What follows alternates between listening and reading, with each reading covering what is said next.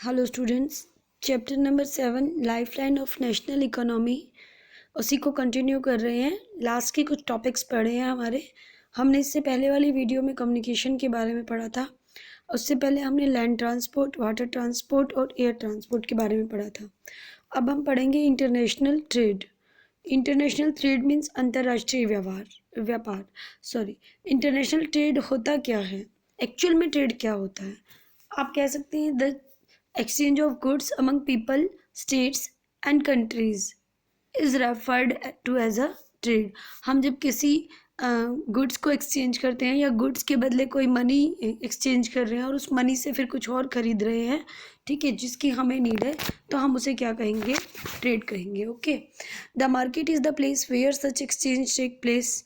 और मार्केट वो जगह है जहाँ पे ट्रेड किया जाता है, समझ रहे हैं। मार्केट वो जगह है जहाँ पे ट्रेड किया जाता है और किसके थ्रू किया जाता है, रूट्स होते हैं कुछ, उन रूट्स के थ्रू ट्रेड किया जाता है। Okay, then it may take place through sea, air and land routes. तो 3 रूटों के थ्रू हम लोग कर रहे हैं ट्रेड को। देखिए, मार्केट है एक वो जगह जहाँ पे मेरी ज़रूरत पूरी हो रही है और मुझे जो मिल रहा है उससे मैं मतलब मैंने अपनी ज़रूरत पूरे करने के लिए मुझे जो चाहिए था मैंने ख़रीदा, दूसरे बंदे को मैंने मनी दी, उसने क्या किया कि उसे जो चाहिए वो उससे ख़रीदा, उसने वो मनी किसी और को दी, फिर उस मनी से जिसको जो चाहिए वो ख़रीदा। इस तरह से मनी की जो ट्रांजैक्शन एक तरह से चलती रहती है ना, ट्रांसफ़र होता रहता है, उसे बोलते हैं ट्रेड, ठीक है। और ट्रेड के लिए क्या चाहिए होती है, मार्केट मिल जाती है। उसके बाद क्या चाहिए होता है, रूट्स। सी रूट से या तो ट्रेड होगा या एयर रूट से होगा या लैंड रूट से होगा। ओके, अलग तरह के ट्रेड्स होते हैं। लोकल ट्रेड वो होता है जिसमें एक सिटीज़ में, टाउन में, विलेज में चल रहा होता है, that is called local trade. Okay, उसके बाद आता है लोकल ट्रेड, हमने कर लिया। लोकल ट्रेड के बाद आता है स्टेट लेवल का ट्रेड। स्टेट लेवल का ट्रेड क्या होगा, जो 2 या 2 से ज़्यादा स्टेट्स आपस में आप कह सकते हो चीज़ों का लेन देन करते हैं, ठीक है, एक्सचेंज कर रहे हैं किसी चीज़ को, तो वो होता है विलेज लेवल का ट्रेड, ठीक, स्टेट लेवल का trade.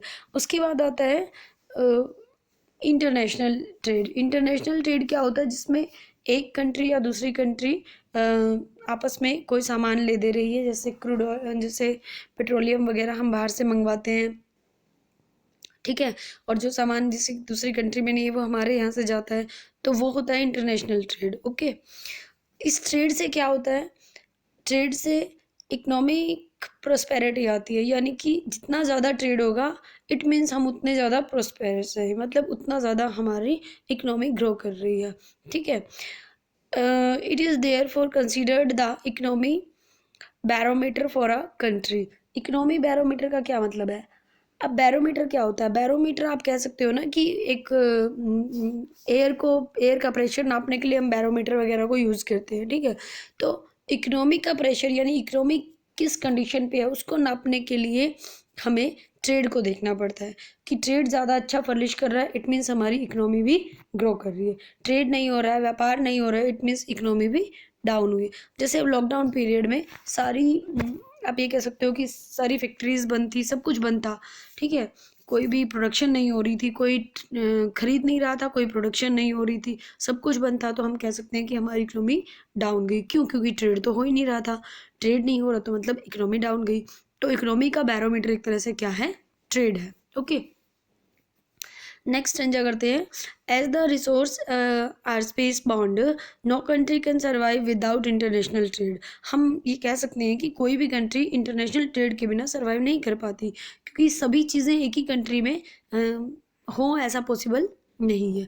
Export and import are components of trade. Export करना और इम्पोर्ट करना, यानी जो चीज़ हमारे पास नहीं है वो हम बाहर से इंपोर्ट करते हैं, और जो चीज़ हमारे पास ज़्यादा है बाहर वालों के पास नहीं है वो हम एक्सपोर्ट करते हैं, ठीक है। तो ये तो कंपोनेंट्स हैं ट्रेड के, ये तो होंगे ही होंगे। The balance of trade of a country is the difference between export and import. अब ध्यान से सुनिएगा, बैलेंस ऑफ ट्रेड क्या होता है, क्या balance of trade, balance of trade होता है किसी भी कंपनी के एक्सपोर्ट और इंपोर्ट के बीच का डिफरेंस, कि कितना हमने बाहर भेजा और कितना हमारे पास आया, उसके बीच का जो डिफरेंस होता है उसे बैलेंस ऑफ ट्रेड कहा जाता है। मान लीजिए आपने 200 करोड़ का सामान जो है वो एक्सपोर्ट किया, ठीक है। अब आपने 200 करोड़ का सामान बाहर एक्सपोर्ट किया और आपने मंगवाया कितना, 150 करोड़ का, तो 50 करोड़ जो बच गए वो हमारा क्या हुआ, वो हमारा trade off balance of trade हुआ। ठीक है, तो ये हमारे लिए बैलेंस ऑफ ट्रेड जो था वो फ़ायदे का था, क्योंकि हमने एक्सपोर्ट चीज़ ज़्यादा की है और इम्पोर्ट चीज़ कम की है। इसी के अपोजिट जो होता है, जिसमें कई चीज़ ऐसी होती हैं जो हम एक्सपोर्ट कम करते हैं, यानी कि बाहर भेजा मान लो 100 का, ठीक है, 100 करोड़ का, और इम्पोर्ट करवा लिया 150 का, तो हमें 50 करोड़ रुपीज़ का क्या हुआ, नुकसान हुआ। ठीक है, तो इस तरह से देखा जाता है कि जो बैलेंस ऑफ ट्रेड है किसी कंट्री का, वो फेवरेबल है या इनफेवरेबल है। अब दो कंडीशन है, फेवरेबल क्या होता है और इनफेवरेबल क्या होता है। फेवरेबल मतलब जो हमारे फेवर में हो। फेवर में क्या होगा, जब हम बाहर ज़्यादा एक्सपोर्ट करेंगे और इंपोर्ट कम करवाएंगे, तो जिस भी एक ऐसा प्रोसेस आप कह सकते हो कि जिसमें एक्सपोर्ट ज़्यादा हो और इंपोर्ट कम हो, तो वो हमारे लिए फेवरेबल बैलेंस ऑफ ट्रेड है। ठीक है, अब इसी के opposite unfavourable balance of trade क्या होता है, तो अनफेवरेबल बैलेंस ऑफ ट्रेड होता है कि जब हम इंपोर्ट ज़्यादा कर रहे हैं और एक्सपोर्ट कम कर रहे हैं, यानी कि बाहर से मंगवा ज़्यादा रहे हैं और बाहर भेज कम रहे हैं, तो उसे बोलते हैं unfavourable balance of diet. Okay, next topic को देखते हैं। India has trade relation with all the major trading blocks and all geographical region of the world. The commodities exported from India to other countries include gems and jewelries, chemicals and related products, agriculture and allied products, etc. वो कहते हैं कि trade में क्या होता है कि हम लोग ये कह सकते हैं, India has trade relation with all the major trading blocs. Bharat का जो रिलेशन है सभी जगह पे, वो काफ़ी, आप ये कह सकते हो कि जोग्राफिकल स्टेटस को देखते हुए हमारी जो दूसरों के साथ व्यवहार है वो बहुत अच्छा है। भारत में हम ये कह सकते हैं कि एक्सपोर्ट कौन कौन सी चीज़ होती हैं, यानी कि हम बाहर क्या क्या भेजते हैं। हम बाहर भेजते हैं जेम्स। जेम्स आप किसको कहेंगे, जो वो हीरे जवाहरात होते हैं, रत्न होते हैं ना, आप उन्हें जेम्स बोल सकते हो। जेम्स को करते हैं, ज्वेलरी को करते हैं, केमिकल को करते हैं। ठीक है, और हम किसको करते हैं, related products of agriculture. Agriculture के प्रोडक्ट्स वगैरह को, जो उससे रिलेटेड प्रोडक्ट्स है, उसको हम एक्सपोर्ट करते हैं, यानी कि हम बाहर भेजते हैं। ठीक है, ये तो है बाहर भेजने की, एक्सपोर्ट करने की। अब इंपोर्ट किसको कर रहे हैं, the commodities imports to India include petroleum crude. हम क्रूड जो ऑयल है, पेट्रोल है, उसको इंपोर्ट कर रहे हैं, मतलब मंगवा रहे हैं। ठीक है, हम जेम्स यानी हीरे जवाहरात वहाँ की कंट्री के अकॉर्डिंग मंगवा रहे हैं। ठीक है, उसके बाद देखिए, petroleum crude, James, jewelleries, chemicals, ठीक है, और केमिकल से रिलेटेड प्रोडक्ट्स वो हम बाहर से मंगवा रहे हैं। ओके, उसके बाद वो कह रहे हैं कि जिस base products, base metal, electronic items, machineries, agriculture and applied products, India has emerged as a software giant. Software giant क्यों कहते हैं इंडिया को, ध्यान रखिएगा, इंडिया को सॉफ्टवेयर जेंट कहा जाता है। क्यों, क्योंकि इंडिया में आप ये कह सकते हो कि सॉफ्टवेयर का एक क्रेज सा चला हुआ है। इंडिया में सबके पास सॉफ्टवेयर सिस्टम है international level, and it is, एक second, it is earning large foreign exchange through the export of information technology. हम ये कह सकते हैं कि भारत में इंफॉर्मेशन टेक्नोलॉजी का सॉफ्टवेयर जो है वो एक बड़ी पावरफुल मतलब महाशक्ति के रूप में उभर कर आया है। ठीक है, बड़ी पावरफुल आप ये कहोगे कि एक वो है, मतलब ऑर्गेनाइजेशन है। ठीक है, और उसने कहा है कि एक्सचेंज, जो exchange through the export of information technology, और ये बेटर कैसे है कि इंफॉर्मेशन टेक्नोलॉजी का बहुत ज़्यादा एक्सचेंज हुआ है। ठीक है, इसके बाद जो नेक्स्ट वीडियो है वो इसी में मैं कंटिन्यू कर देती हूँ। आगे हमारे tourism as a trade. Tourism as a trade का मतलब है कि पिछले बहुत सारे सालों में अगर हम देखते हैं कि हमारा टूरिज़्म जो है वो धीरे धीरे क्या हो रहा है, बढ़ रहा है। ठीक है, लोग हमारे पास ज़्यादा घूमने को आ रहे हैं। More than 15 million people are directly engaged in tourism industry.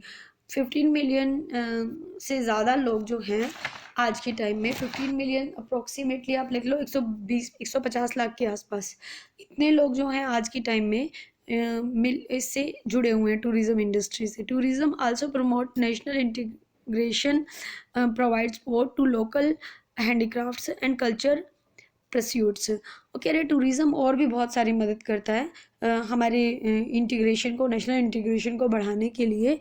उसने जो लोगों के पास उनकी खुद की क्वालिटीज़ होती हैं, है ना, उस टाइप की चीज़ें बनवाते हैं। आप ये कह सकते हो कि हैंडक्राफ्ट का काम करवाते हैं, कल्चरल प्योरस्यूट बताते हैं। इसका मतलब ये है कि आप टूरिज़्म होता है तो लोग एक दूसरे की चीज़ों को समझ पाते हैं। ओके, उसके बाद आ रहे हैं it also help in developing of international understanding about our culture and heritage. Foreign tourists visit India for heritage tourism, ecotourism, okay, adventure tourism, cultural tourism, medical tourism and business tourism. There is a vast potential for development of tourism in all part of in country. Efforts are being made to promote different types of tourism for this oncoming industry. Okay, ये chapter ख़त्म हो गया, मैं इसको बता देती हूँ आपको। वो कह रहे हैं कि जो फॉरेनर्स आते हैं वो बहुत सारी चीज़ों के लिए यहाँ पे आ रहे हैं। बहुत सारी चीज़ों में क्या क्या शामिल है, ध्यान से देखिएगा। उन्होंने क्या है कि जो हमारे पास टूरिस्ट आते हैं वो जो हैं टूरिस्ट वीज़ा बनवा के आते हैं, वो कोई हेरिटेज देखने आते हैं, पुराने टाइम के जो हमारे पास भी खंडर वगैरह हैं सिविलाइजेशन के, हड़प्पा के, मोहनजोदड़ो के, सिंधु के, जो भी आइटम है वो देखने आते हैं। इको टूरिज़्म यानी कि आप ये कह सकते हो कि बिल्कुल बिल्कुल भी पोल्यूशन ना हो ऐसा टूरिज़्म करते हैं। एडवेंचर करते हैं, उसमें कल्चरल एक्टिविटीज़ करते हैं। मेडिकल जो है मतलब मेडिकल टूरिज़्म क्या होते हैं कि आपने देखा कि विदेशों से बहुत सारे लोग अपने यहाँ पे इलाज करवाने के लिए आते हैं। एक तो यहाँ सस्ता इलाज मिलता है और दूसरे हमारे डॉक्टर बहुत बेटर होते हैं, इसीलिए वो लोग यहाँ के, तो मेडिकल टूरिज़्म बोलते हैं उनको। और बिज़नेस टूरिज़्म का आप कह सकते हो कि बहुत से अपर क्लास के लोग जो हैं, जो बिज़नेस में जुड़े हुए हैं, वो भी अपना टूरिज़्म का पैकेज सेट करते हैं। ठीक है, मतलब इस तरह के लिए टूरिज़्म को आप ये कह सकते हो कि थोड़ा सा बढ़ावा मिलता है। There is a vast potential for development tourism in all part of country. अब देश के बहुत लगभग सभी पार्ट्स में बहुत सारे ऑप्शन है, बहुत सारी चॉइस है। ठीक है, अपने देश को आगे करने के लिए। ठीक है, उसके बाद कह रहे हैं efforts are being made to promote different type of tourism for this upcoming industry. वो कह रहे हैं कि मतलब टूरिज़्म इंडस्ट्री के विकास के लिए ना बहुत सारे और भी प्लान बनाए गए हैं और उनको करने की भी कोशिश की जा रही है। ओके, अब हमारा ये चैप्टर नंबर 7 जो life line of national economy था वो ख़त्म हो चुका है। और आई होप आपको क्लियर हो गया होगा, और अगर नहीं हुआ है तो मेरे पर्सनल नंबर पे आप लोग कॉल कर लीजिएगा। Okay, thank you.